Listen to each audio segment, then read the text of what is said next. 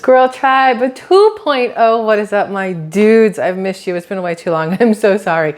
Listen, I got a lot going on and I try to get here, and sometimes I suck at getting over here, but it doesn't mean I don't love you guys immensely. It just means I need more time in the day or less things to do in the day. Really all it comes down to. So it's Tuesday, February 28th, last day of the month. Tomorrow is March. We're already in March. It's like, I can't decide if the time is dragging or the time is flying. I'm not 100% sure. All I know that is that my husband's birthday is coming up soon. We get to see the family. I'm super excited about that. Get to go back to Georgia to see everybody. And then we're gonna go to Universal Studios again. I don't know why we keep going there. Better than going to Disney some days, I guess, but the kid wanted to go. The train is back open between the two parks. It was closed last time we went for her birthday, so she was slightly bummed. So I told her I owed her. Hey, look, I didn't realize you could see my, hold on. You can see my pan from when I made protein pancakes this morning, and all my crap because I didn't even put anything up yet. But she's excited because the train thing is open again, so we can go from park to park. So we get to do that technically for spring break, and also like my husband's birthday, not like he gives two shits about going to Universal Studios and having to walk around with us for 2 days because he hates standing in line. Like, that's what it's going to be. It's going to be, because it is spring break, we realize this, it's going to be standing in line for an hour, hour and a half to ride a ride for 3 to 7 minutes, to then go stand in another line for an hour, hour and a half to ride another ride for 3 to 7 minutes. But y'all, this is what I'm gonna do this time. So I told you before, for those of you who are like tried and true Squirrel Tribe OG peeps, you know that motion sickness and I, we don't get along. I mean, we're like this. Like, I get motion sickness a lot, so I don't know if that means we don't get along or we're like way too tight with each other. But when I had to fly to LA for YouTube's Vid Summit over the summer, I think you guys might remember I bought those bands, the motion sickness bands. What are they called? C-bands. I bought those to wear on the plane, and for the first time in like ever in life, I had 0 issues. We used them when we went on the boat over the weekend, where I burnt the crap out of myself. I actually don't know if you can y'all see how, look, y'all see, this is where my bathing suit line was. This is where the sunscreen did not get put, just FYI. I hurt. This must be what lobsters feel like when they end up in boiling water, because I look like a lobster, so it's got to be equivalent somehow. But I used the bands when we went on the boat because, let me just whole story it. So we took a boat out over the weekend on Saturday. We took a boat out on Saturday, and we took our friends Justin and Lauren and their kids. Justin is the military, Army pilot veteran who happens to own the Magnolia Soap Destin here. The ones I tell you guys about all the time. I actually have some of their soap candles over here because I can't decide which one I want to light. I've got the one I've been lighting forever. This thing, y'all, I light this thing every day. Y'all see this? You can tell where it was and where it is now, but it smells so good. But then I have 2 other ones that I can't decide which one between. It's Serendipity and Caramel Macchiato. Y'all, that Caramel Macchiato is like I just walked into like one of those little bougie, fancy coffee shops in Paris or something. It smells so good, I can't bring myself to light it. So I just take the lid off of it and I set it in different rooms and just let the room smell really good without ever lighting it. It's great. But so we went out on a boat on Saturday to kind of thank them for being like our new best friends, because when you meet people that you just instantly connect with because they are just good humans, you want to hang out as much as possible. They're always letting me have some of the stuff to try from Magnolia Soap. Like, this is the newest thing they gave me. It's the room spray. So y'all know chemicals are in everything, like Febreze and Glade and stuff. And I used to like that kind of stuff. Like, I'd spray it and I'm like, oh, this smells nice. And then I'd wonder why like 10 minutes later, my head hurt so friggin' bad. I needed like 2 Tylenol or a shot of tequila and a nap. So they told me that they have a room spray, and I was like, okay, so what does it do? And they're like, no, it's like a Febreze kind of thing. You just spray it in a room and then you leave and your room smells good. And then you don't have a headache because it has distilled water, denatured alcohol, and then essential oils for fragrance. Like, that's it. This doesn't have all the 800,000 other chemicals that like Febreze and Glade and Bath and Body Works stuff has. And I was like, cool, I'll try it out. So they gave me this one called Beach Please, because the irony, Beach Please. And so what I'll do, because I have a teenager whose feet smell, I will spray the area near her shoes just one time and then leave it. And I haven't smelled her feet since. I will spray the bathroom after anybody happens to use it without, going into too much detail, but when people go to the bathroom, sometimes things smell. So I'll spray this instead of the Febreze or lighting a candle or a match or whatever. I'll spray this and it smells so good. I'm not gonna lie, I sprayed the dog one time. He was a little stinky and I was like, well, this seems safe. And I used it like a body spray on him. It was only one spray. I think it's fine. He didn't complain. Nothing weird popped out on him. This was amazing. So I love this stuff. Trying to decide between this stuff and candles on a daily basis is difficult. But anyway, so we went on a boat on Saturday, right? So we get this boat. It's a 2-tier pontoon boat with a slide. I don't know why we got that, knowing damn well the water was super cold because it's February. Yes, I'm in Florida Panhandle, but it's still February. So we get this 2-tier pontoon boat. There's 9 of us that go out because the kid had a sleepover with one of her friends the night before, took her with us. So we have 5 kids, 4 adults, 9 of us. And we take the boat from, where were we? We decided to go from Fort Walton Beach and we headed towards Navarre. I don't know why I'm doing this, like, this is the right direction. But we went from Fort Walton Beach towards Navarre on this 2-tier pontoon boat that would not go faster than a canoe. Like, I swear I could have gone faster rowing something. I didn't realize that it wasn't supposed to go that slow. So we take this boat and we go decide that we're gonna dock somewhere. Not really dock, but we kind of went towards land. I don't know how to phrase any of these things, y'all. I live here and I still don't know what to call stuff. So we went toward land, and when we hit sand, we're like, all right, we'll stop here. So we anchored. Lauren and Justin had brought some sandwiches from Walmart. They went by and got like the little foot-long subs or whatever from Walmart. We brought some drinks. The kids had some stuff. We had, one of Lauren's daughters brought spicy pickles. Side note, spicy pickles are so good, but also so spicy. I can't decide if I like or hate them. But we walked out from the beach or from the boat and got on into the water. It was like below your knees, whatever, except for the 7-year-old. It's kind of higher up on her because she's tiny. So the water's shallow. We walk over to this beach area and we're walking around. And then after we've walked a little bit, we see these signs that are like, hey, you're not allowed to be here. Nobody should set foot on this. Stay away from this because we're protecting like the turtles and the birds and the whatever else. And we were like, oh no. So we went back to the pontoon. And we weren't docked. What the hell's the word? We weren't up on the land itself. Like, so if this is land, like right here, we were back here and we walked the whole way to the land. We didn't go up to the land and put our boat and stuff on it. But to the right of us, another boat did. They said, and went right up on the land. They took a tent out and they set up a tent kind of thing to hang out and whatever else. To the left of us, another boat had pulled up and they were much closer than we were, but not as close as the other people. They looked like the Geek Squad. They had on blue shirts and khakis. There was 2 guys on this boat. And I was like, look, it's Best Buy. If anybody's phone dies while we're out here, we can just go over there and ask Best Buy if they have a charger. Anyway, so we're on this boat and we're eating sandwiches and hanging out. And next thing you know, here come the po-po, the Intercoastal Way Police, the Bay Police, the Ocean Police. I don't know what they're called, but the police rode up and we're sitting there on this boat like, are we going to get in trouble? Because I'm like, technically, they don't know that we walked on the land. We're back on the boat. They have no clue we ever set foot over there. As far as they know, we're just anchored here in some shallow water, just chilling. None of us are even in the water. We're just hanging out and we look like nice, fine, respectable people with children. We're fine. The po-po are not coming this direction. So the police pull up to the boat on our right that had just run all up on the land and set up the tent. And they got out. One of the guys got out, okay? So there's like 2 or 3 police on this boat. One of them got out, but he was in full army fatigues, like, or what that, right? That's what it's called. Full army fatigues with like one of those little blow up vests. Like if he had fallen overboard, he could have just pulled this cord and this little vest that looked like suspenders would have popped out like a little floaty thing. And he has on boots. He has on like his army boots. And he gets out of the boat and trudges through the water up to where this other boat is. We don't know what they said to them. I don't have super hearing. I have really crappy hearing on this side, and then this side's like whatever. We couldn't hear what was going on. The next thing we know, those people packed up their boat and skedaddled. Here's where it was funny. The army guy decided to walk down the beach, and we're like, oh no, he's going for the boat over there. Like he's leaving this boat, gonna bypass us and go to this boat. And as he's walking, the police boat backs out and we're like, hey, we've decided to call the guy on land Bob. I'm like, oh no, they're leaving Bob. Like, what are they doing? Where's Bob going? Why are they leaving Bob?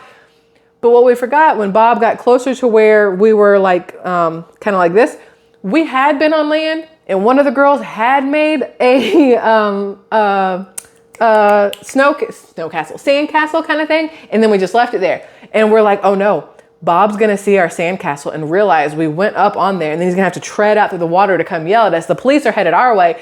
We need to go. So they were like, do we pull up the anchor? What do we do? And I'm like, no, if you pull up the anchor and leave now, you look real suspicious. You look real drug trafficking. You cannot go anywhere. You must stay put. So we're like, just chill, just, you know, peace up. How's it going? Just hold conversation. Ha ha ha. Laugh at each other. Pretend like nothing's happening. Don't look at Bob, right? So Bob is walking and he gets to where our sandcastle is. And I'm like, wouldn't it be funny if he stomps it like Godzilla style? So then we're like, Bob's like, Godzilla, like stomp this. He didn't. He walked past it and he kept going. And then he just randomly stopped. He didn't go all the way to where they were. I think it's because he realized they didn't dock up far enough. Dock up, I don't know. Pull up far enough to be considered wrong or breaking the law or doing whatever. So he went to go turn around. Well, at this point, we're like, well, the police have left Bob. We don't know where the police boat went. We're looking around and it comes out of nowhere, like this big circle. And it's like really close to us. Not like really close, but like close enough that we were like, oh shit. So then the police boat starts coming up towards Bob, but then it stops. And I'm like, well, they want Bob to swim to the boat? Like he's in full fatigue because he's got his boots on and everything else. And Bob's just standing on land like, what do you want me to do? So the police boat gets up closer and nothing happens. No people walk out of the little cabin thingy of the police boat and they're just sitting there. And Bob is just standing there staring at the police boat. And the police boat's just sitting there doing who knows what. And we're just sitting there watching Bob in the police boat. And the next thing you know, Bob just starts walking a little bit like he's going to go to the boat. And then he's like, no, I don't want to do this. That's a lot of water. I'm going to go back to land. So he goes back to the land. And one of the police guys comes out of the cabin. I don't know what the hell you call these things on boats. He comes out and we can see that the police guys have bottomed out on the little sandbar. Their police boat's stuck. And I'm like, well, we could offer help, but this is way more interesting to see what they do. So they finally, one of the police guys has to get into the water to kind of like push the boat off while the other one like steers it or whatever. So they finally get the boat moving and they realize they can't get to Bob. Bob needs to trek his little army-clad butt all the way over to this other side of this little island peninsula thingy, and they'll go over there and pick him up. So Bob starts trekking. He's all, man, this sucks. You know, we figured it was like a ritual thing, like drop Bob off in the middle of nowhere and deuces and see if you can fend for yourself, army guy. But they went and picked Bob up. We finished our sandwiches. We pulled up the anchor and we left, right? We start headed from the Navarre area back towards Fort Walton. And we're scooting along. We're having fun. It's not fast. Again, I don't know why it's not that fast. And then I noticed, I'm like, hey, it sounds really loud back there. Like the engine's like really loud. Why is it so loud? And we're scooting and we're listening to music and I'm like, it's really loud back there. And then it says, and it crapped itself and it stopped moving. And we're like, huh. So we're in the middle of this bay, roadway, waterway, whatever the hell you want to call it, where like the barges go and jet skis go and police boats go. And we're just smack dab in the middle. And we're like, well, I guess we're stuck here. So I had to send a text message to the people where we got the boat. We deal with Freedom Boat Club. So I had to send a text message to the guy at the docks and I was like, hey, broski, you gave us a boat with no gas. Like, we don't have any gas. And he was like, oh man, oh crap. This will take a minute because we don't have any gas here at the docks either. And I'm like, I feel like this is something you should have mentioned when we took the boat. Like you should have said, hey, by the way, there is no gas here at the docks, which is concerning. There's no gas at the boat docks. I just thought about that. There's no gas here at the docks and you only have this much, so only go this far. He didn't ask where we were going. We didn't ask him if we could go far. We've always taken the boats towards like Navarre because we like to go to Dewey Destin's in Navarre. It's a restaurant near the Navarre Bridge before you get to Pensacola and it's so flippin' tasty. Or we'll take the boat from there and we'll go over towards Crab Island in Destin or even a little farther and go towards Niceville just because it's fun to be on the boat when you can be on a boat, right? So we didn't think to ask. We just took off like we normally would. And it turns out that the boat that we were on is kind of in need of some work.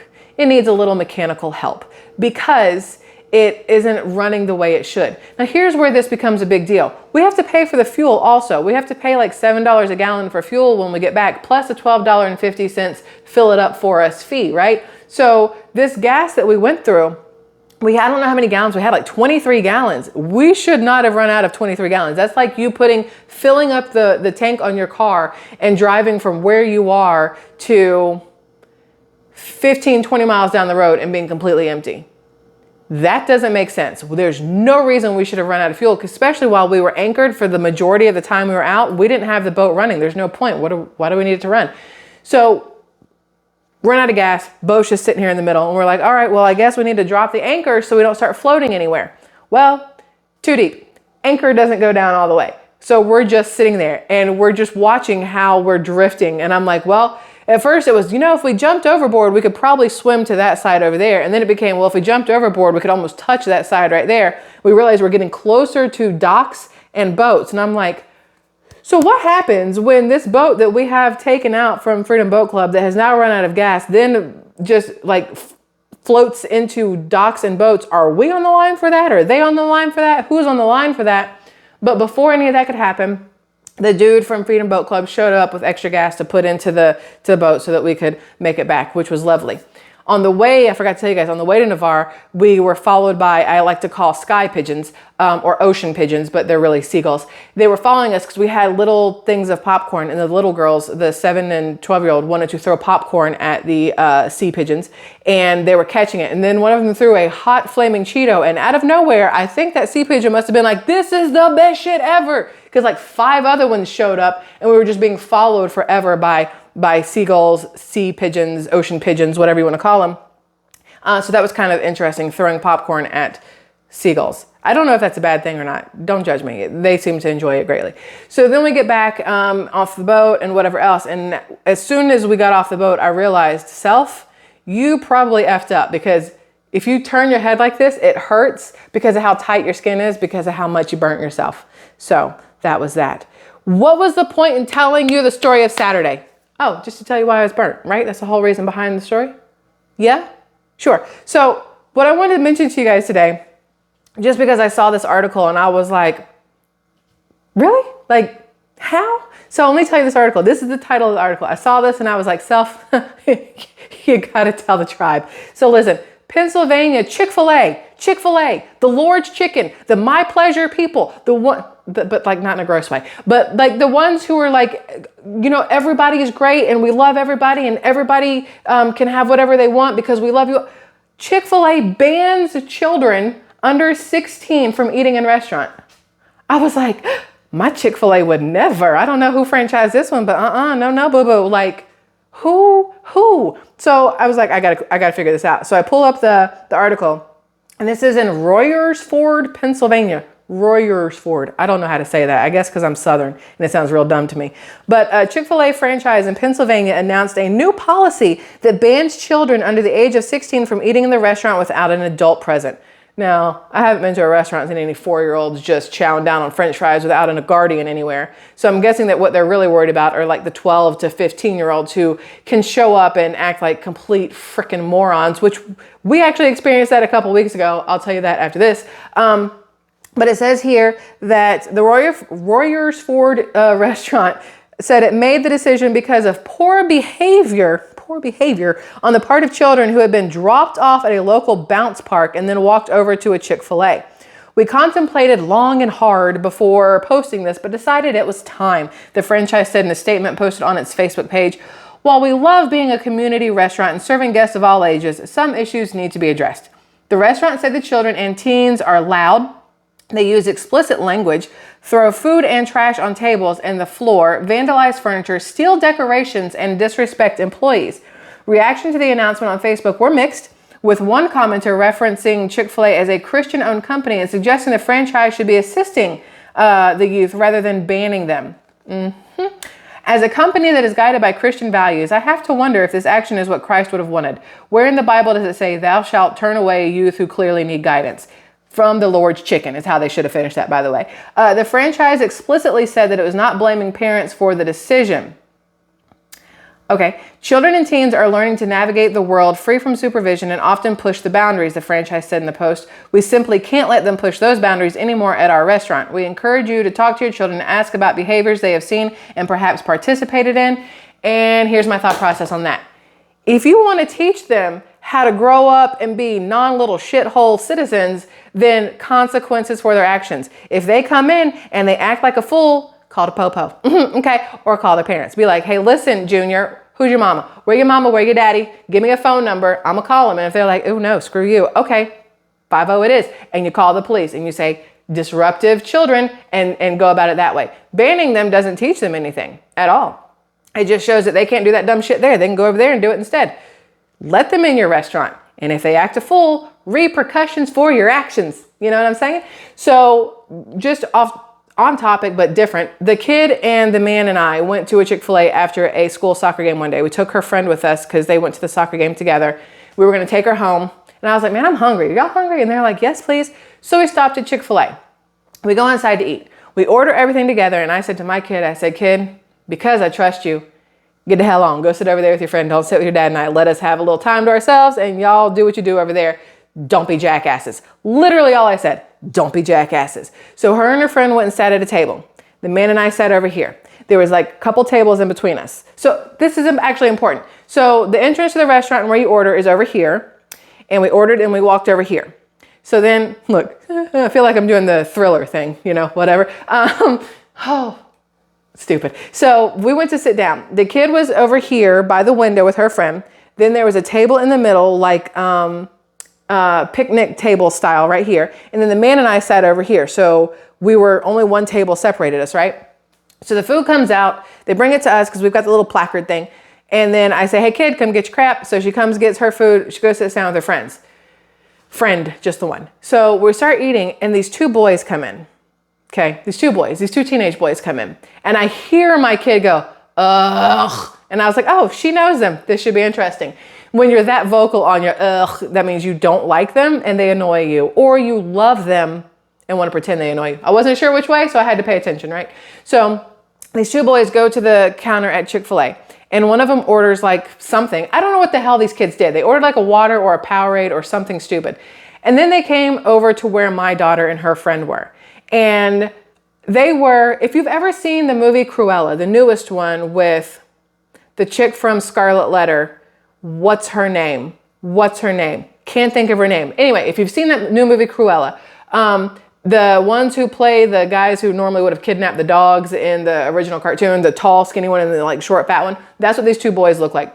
Tall, skinny, short, fat, which is not a nice way to reference or describe children, but they were what they were. So these two boys come over and they're near my kid and the short, fat one is just so incredibly loud and obnoxious. Already I'm like, ew, like you're not allowed to date this kid. I don't care who he is. The answer is no. I don't like the way he talks. He's loud. He sounds obnoxious, whatever else. The mother in me was like, please let that ugh have been because you hate him, not because you secretly want to have future babies with this kid.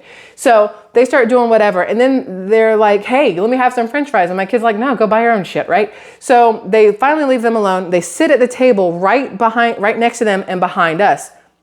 And there's other people in here. There's an older couple next to us that are probably in their like the 80s, just enjoying some chicken noodle soup, y'all. Trying to quietly enjoy chicken noodle soup. And these two little jackholes right here are trying to be as loud as humanly possible to get people to look at them. And I'm thinking to myself, who taught y'all that this made y'all look cool or interesting or that anybody wanted to be around this? Because everything you're doing makes me want to punt you across the room. Like I dislike everything about you too. And as an adult, you don't want to think that way about children, but it is what it is. So they're over there and they're really loud. And the Chick-fil-A, every time the Chick-fil-A employee walks by our area to go take somebody else's food, the kid's like, hey, is that mine? Is that mine? Oh, you're not going to bring me anything? Oh man, you suck. Just like really loud. And I'm thinking to myself, hey, go buy food if you're hungry. Don't sit here in the middle of the restaurant and just be loud or whatever else about it. And then he's like, oh man, they gave me Powerade. I'm allergic to Powerade. I can't drink this, which he's not. And he's drinking water. But the whole thing is, at that point in time, if I had read this article first, I would have been like, yes, ban these morons from the restaurant because they are annoying the crap out of me while I'm trying to eat. But what I think should have happened to these two is that the Chick-fil-A employees, not the other, 16-year-olds that work there, but the manager who's probably at least 24 because everybody's under 30 that works at a Chick-fil-A, should have come over and said, hey, listen, here's how this is going to work. Either shut up or get out. Those are your two options. Whichever one you want to take, perfectly fine with us. My pleasure. And then walked back, right? But the kids finally left on their own. And I go over to my kid and her friend at the end of everything. And I'm like, child, what? And she's like, no, I hate them. I was like, oh, thank goodness. I was like, what were they doing here? She's like, they walked over here. They live in apartments or whatever, and they were bored, so they walked over here. And I said, are they always like that? And she's like, yes, that's why nobody else hangs out with them, because they're loud and obnoxious. Chick-fil-A should have told them to leave. And I'm like, I agree. Now, when it comes to banning children from restaurants, I don't agree with it. And here's why. I have my own kid, right? When she was a baby, I still wanted to go out places knowing good and damn well she was probably going to cry. She may have needed a diaper change and might have stunk for a second. And I was going to be flustered and I was going to be frustrated and whatever else. And I knew that it was going to bother people around me. But at the same time, just because you have a child doesn't mean that you should have to stop living and being able to go places. There are plenty of restaurants out there that are 21 and up.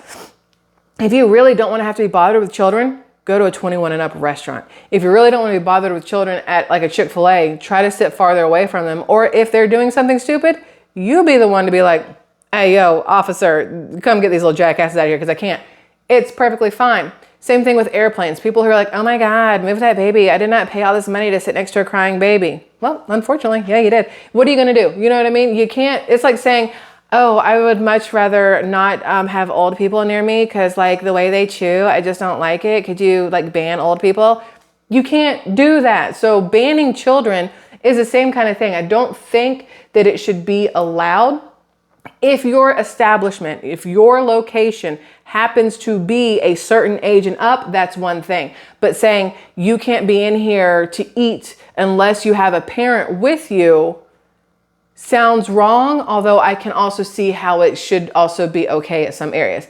That's a fine line, and I don't really know the right side to be on for that. All I know is I think it'd be better if you're worried about the 14-year-olds and the 15-year-olds that come in there and act like they have no common sense and were raised by wolves in a jungle or a barn somewhere. Teach them consequences of actions, because obviously they're not getting it outside that restaurant. Like either their parents aren't, or their parents are super strict and they're like, I'm going to go in Chick-fil-A and just go buck wild because I can't do it anywhere else because Chick-fil-A, they'll let me because they're too nice, right? Stop being too nice. Turn around and give these little shitheads consequences. That's all I can think about is just give them consequences. So I wanted to tell you guys that. I'm sorry for the potty language today, but it felt very necessary for these articles and this article and my thought process. I don't know why. For those of you who dislike it, I apologize, but get used to it. I think that's it. I just wanted to mention that stuff to you and tell you guys about that. I don't really have anything else, but I missed you and I wanted to say hi. Look, my phone is constantly ringing when I want to record. Go away. Hi, we're back. Oh, no. What was I going to do? Oh, so look. The man told me to order. He didn't tell me to order. He ordered one, so I did it. He didn't actually tell me anything. But the man ordered one of those little silicone rings for the gym because Justin, GI Justin on YouTube, by the way, if you guys are interested, the one who owns, the military veteran who owns the Magnolia Soap Destin, he was telling us how he wears the silicone rings because he's seen people who wear their regular wedding rings in the army doing things that then their rings get caught and stuff and like they lose a finger or it pulls all the skin off. And I was like, oh no, because we go to the gym now. Can you tell? Like, no, you can't tell. So we go to the gym now and I'm thinking that when we're doing stuff, I really don't want a weight to like snag my ring and like rip my finger off. I'm pretty fond of my fingers, like all of them. So I'd like to keep them. So I decided that when he ordered a silicone ring, I was also going to order a silicone ring. And I went on this Enzo Rings website and I'm not gonna lie, I spent like an hour on there looking at different rings and I had no clue what to get. So they had Disney ones and I was like, yes. So I ordered 2 Disney Enzo rings. Enzo, whatever. And I wanna show them to you because I loved them online. And technically I love them here too. I just don't love them on my finger. I don't know if you'll be able to see this. One, I didn't know how to guess my size. Look how freaking tiny that looks. I mean, I guess that's not helpful. I can't get my rings off. My hand's too fat now. But this is a size 5, right? But can y'all see, how do I focus this so you can see what's happening? Hey, focus over here. Camera, focus. If I go like that, y'all can't see because I don't know how to focus it. Maybe it's too far away. So they say love. This was a Valentine's Day one that I picked up. It's got Mickey and Minnie on it and it's a love one. And I was like, oh, that's cute. So I'll use this. But it's so fat that I don't like it. It feels too masculine on my finger. So I'm going to return that one. But then at the same time, I got another Disney one because, you know, Disney and me. And this one is the, I thought it was going to be way cooler than it is. And it is really cool, but it's definitely more masculine than I expected. It's black and it has like this little, I don't know how to make y'all see it. Hey, if you just touch the camera, does that do it? Focus. No, it's not gonna do it. It's hard to tell. I don't know how to make you guys see this. Can y'all see there's like a heart and a Mickey head around the band? Like it's really neat looking, but again, it's really fat. So it looks very, look, there you go. It looks very masculine on my hand. So I'm like, ew, I don't want that either. And do you think the man is gonna wear either one of these? One, it wouldn't even fit his pinky if I tried, but no, he wouldn't wear these. So I ordered also at the same time, just a little skinny blue one, just to have something different because it's like the color of water. So I got this one and I flip and love it. It's absolutely great. The downside is my hands have gotten fat and they're so hot that unless I like stick my hand in butter, I can't, none of these are coming off. And then once they do, my whole finger is like red and purple. So then when I put this thing on, I'm like, is it cutting off all my circulation? Am I gonna lose my finger? No, it's just cause I just need to lose weight in my hand, I guess. I don't know. But these things are really cool. This thing was like 10 bucks. So for those of you who work out or work with your hands, like on cars or do anything where you could get snagged on something and rip your skin off of your finger or rip your finger off, I would suggest getting a silicone ring from wherever you want. It doesn't have to be Enso. I just wanted to show you guys these, but there's lots of places online that sell them. Just thought I'd mention it to you because it's a good idea sometimes. So that's it. That's all. I got nothing else. I love you all. I hope you have a great Tuesday and I will see you again. I don't know, sometime. I want to say tomorrow because it's hump day tomorrow. All right, here, pinky swear. I'm going to pinky swear. Can y'all get your pinky in here? Pinky swearing for a hump day video tomorrow. It'll happen. So I'll see you guys tomorrow. I love you all, my Squirrel Tribe dudes. Bye.